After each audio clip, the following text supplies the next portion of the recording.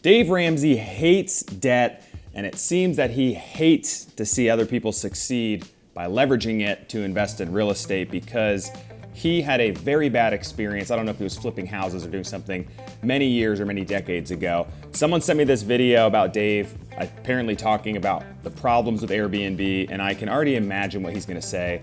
So as somebody who owns many millions of dollars worth of properties that I rent out on sites like Airbnb, I'm very excited to watch this and provide some insight, or at least my point of view. So I'll just dive in right now.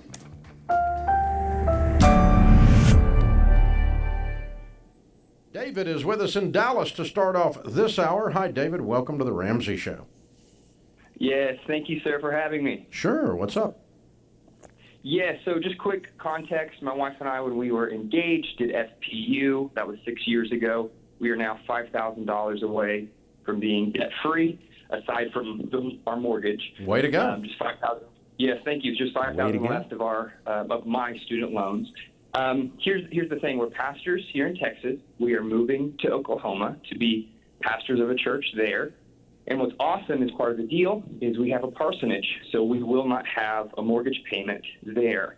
And so my ultimate dream is that we are financially independent from the church. I love the church. I would love to one day not even have to take a paycheck from the church. And so what I'm seeing is our expenses are staying the same. Our income's actually going up a little bit with this move, and I would like to turn my house in Texas into an Airbnb property.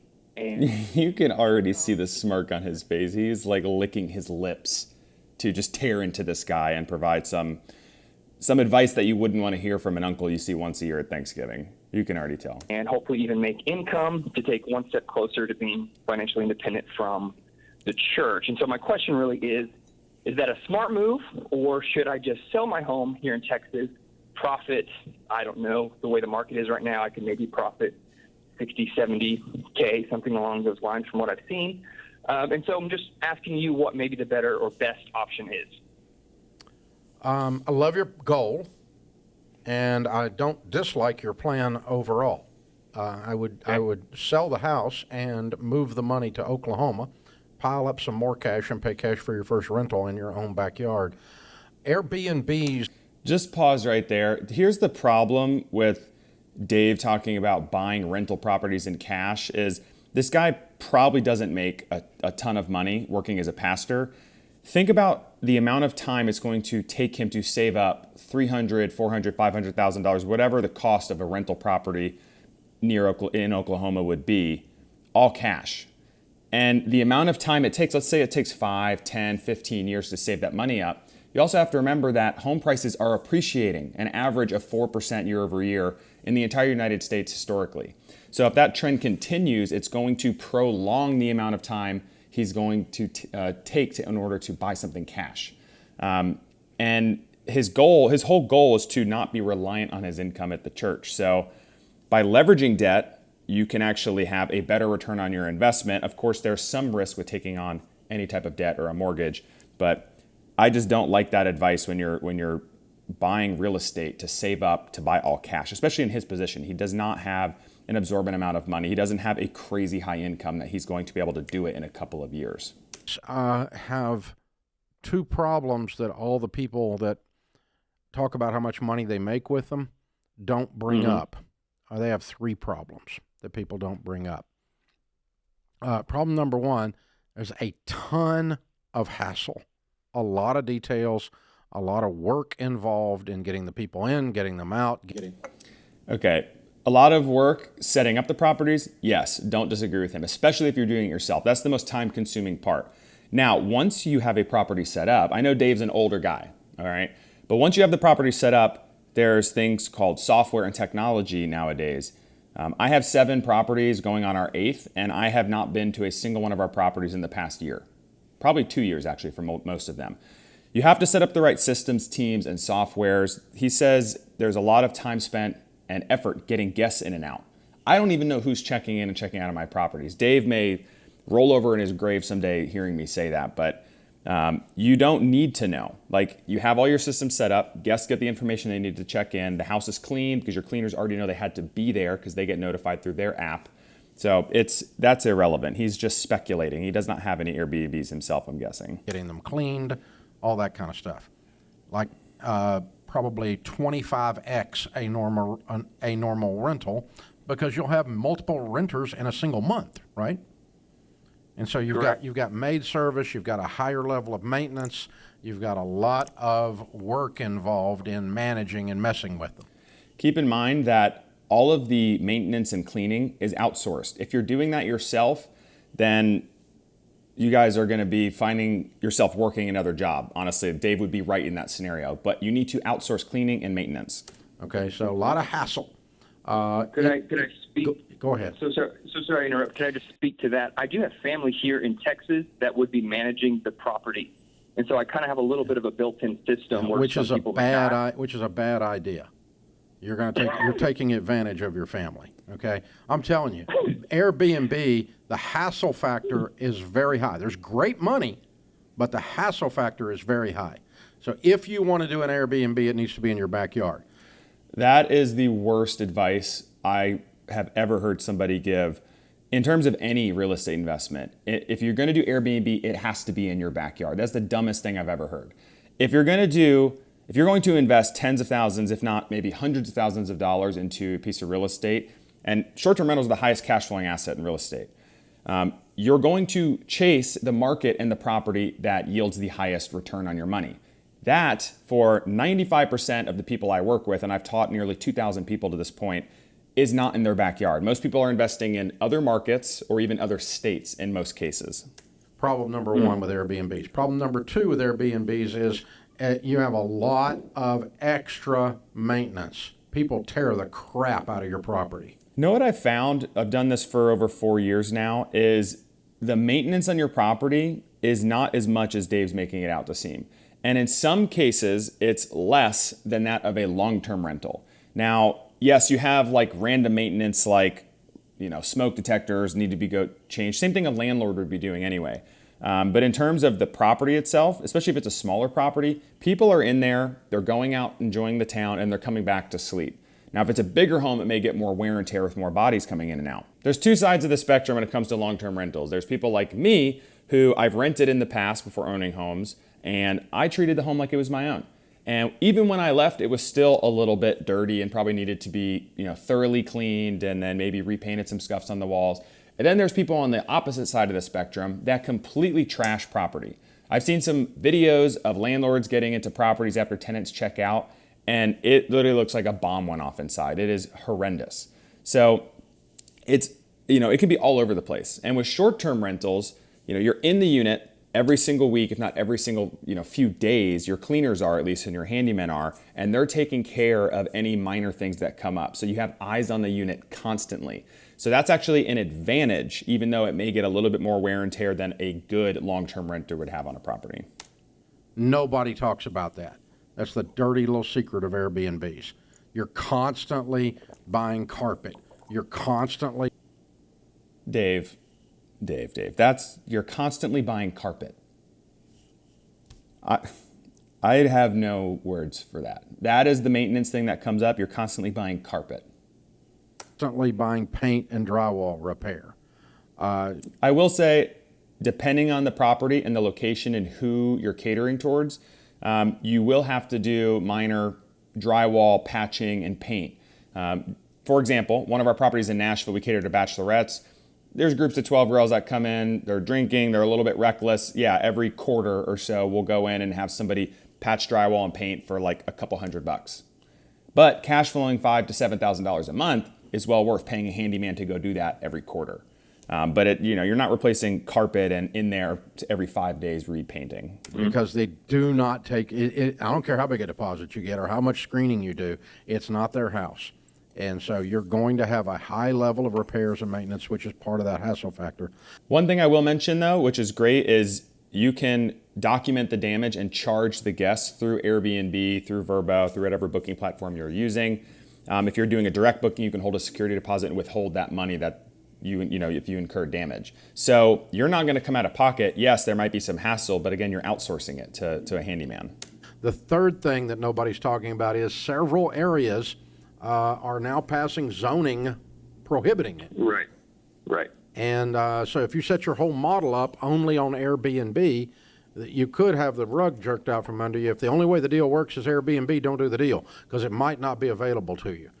Part of that is true. The first part, that more cities are implementing or imposing new regulations or laws. So as an investor, just as a side note, you guys, look at the current regulation. I actually like to invest in markets that already have established regulation, because if they don't, you do actually run the risk of them pulling the carpet out from under you, and you might have nothing you can do about it.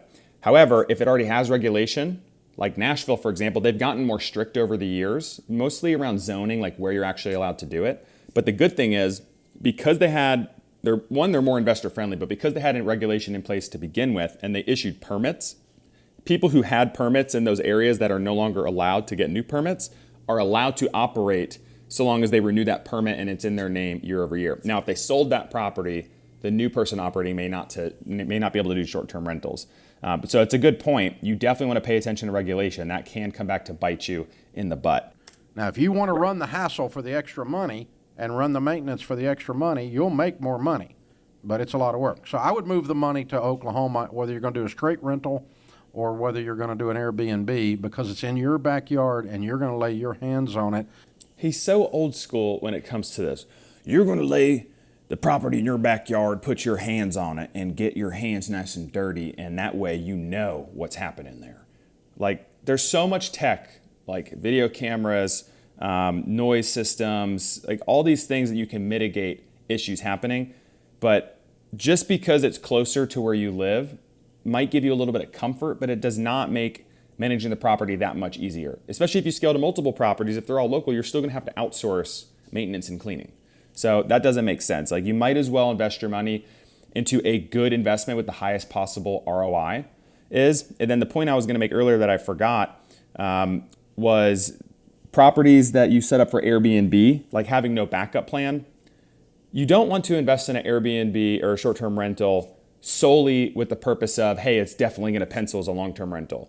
If you're all in on short-term rentals, if you're in an urban area, yes, you might want to make sure it works as a mid-term rental or long-term rental. But if you're in a vacation market, you are not going to succeed as a long-term rental with many of these vacation homes. But they're usually more friendly in terms of regulation. I would rather go all in on a big vacation rental there, where it definitely pencils as a short-term rental and may not as a long-term rental. But it's just not going to work if you're doing that in certain markets. And you are a man who controls your destiny. You don't ask your first cousin to do it. In terms of asking your family to help manage, you could just pay them some, like incentivize them. It's not just asking them to do favors. Yes, sir. Yeah, that's what I would do if I were in your shoes. But I like your overall idea, but let's just pay cash for a rental and go that way. Christina? Yeah, I've talked to a lot of Airbnb owners, and it kind of does feel like a part-time job for a lot of them. And you get 6 of them, it's a full-time job. Mm-hmm. Yeah, and I agree that having your family do that would kind of be taking advantage of them, especially if you're not paying them, if they don't get a cut of that profit. And if you start paying them, then the need for doing an Airbnb goes away. Yeah, exactly. And there's just a lot of... I can't. Yeah, exactly. And there's just a lot of mental aspects of there's a review system on there. So even with the maintenance, even with keeping your Airbnb up, you want to make sure that it's top notch because you want those 5-star reviews. If not, you're going to have a tougher time booking people, and the list goes on and on. It can definitely be more of a headache. And I think your heart is with the church. You ultimately want to pour your heart into the church. That's why you want financial independence, is so that you can love on people better. And if you're stressed out by this basic other part-time job, that's not going to be the best use of your energy. Yeah. I just love when people give advice in something they know nothing about.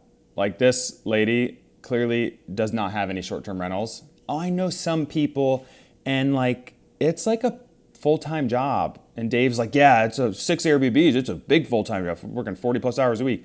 No, you're not. A single Airbnb, if set up right, takes you 30 to 60 minutes a week to manage per property. 6 properties is going to take you less than 1 full workday to manage throughout the week. I think it's a good move. I love your move to Oklahoma, and you're making more money. Just take the fact that you don't have a house payment anymore, pile it on top of that $60K, go pay cash for your first house, then pile all that rent up or Airbnb money up, whatever it is, and go pay cash for the second house. Pile all that rent up and pay cash for the second house. Yeah. If you're doing a long-term rental and your cash flowing $200 a door per month, yeah, pile up $200 a door and see how long you have to save up in order to afford another house cash. It's just ludicrous. And go pay cash for the third house, and you end up with 5 So or easy. 10 properties. You'll have enough income. You got 10 properties all cash that you paid for as a pastor.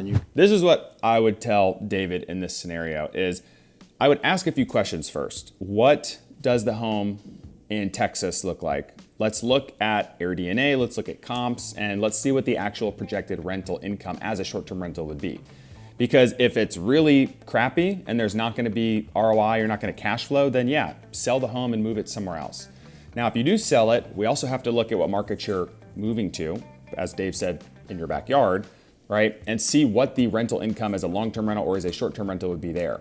I want to get you the highest return on your money or your equity as possible. So we have to understand all the options at hand to make the best educated decision. Also, it depends on your goals and aspirations. It sounds like David wanted to become financially free sooner rather than later, right? So he didn't have to rely on the church for his paycheck. Well, I had a goal several years ago of not relying on my sales job. And if I were to save up cash for my first property, it would have taken me years to do so. And also the real estate market went straight up over the past several years. We got our first property at the end of 2019, and if we were to save up all cash for that property, it would have taken us multiple years to do so. My wife and I had a goal of becoming financially free in 10 years, and that became a 12-month reality because we were able to leverage debt and make a good investment. That first property quickly scaled into 3 within the first year. And then we got our 4th and we partnered with somebody on this 4th one. And we actually quit our jobs within 16 months of making our first ever investment. So, it just depends on your goals and aspirations. Like if we were able to do that way because we did not want to work until we were 40, 50, or 60 years old. You can certainly do it Dave Ramsey's method, but it's going to take you way longer, and financially on paper, it's not going to make as much sense. If you want me to do more Dave Ramsey reaction videos, comment down below. And also, if you guys want actual data-driven, advice or knowledge on short-term rentals and Airbnb, make sure to subscribe to my page because I actually invest in these properties. I have a management company, a design company. I live and breathe this stuff every single day. Appreciate you watching.